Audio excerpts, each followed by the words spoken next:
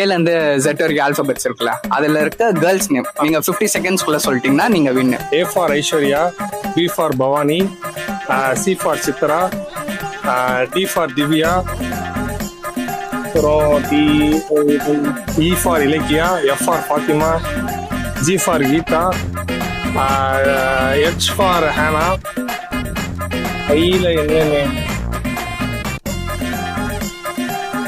ஐல தெரியல ப்ரோ, ஜேல தெரியல, K for Gomathi. ஐல எவ்வளவு நேம்?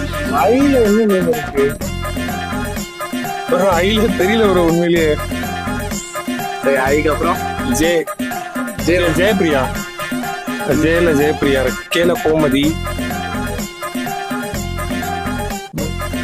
M for மஞ்சு. என்ன உங்களுக்கு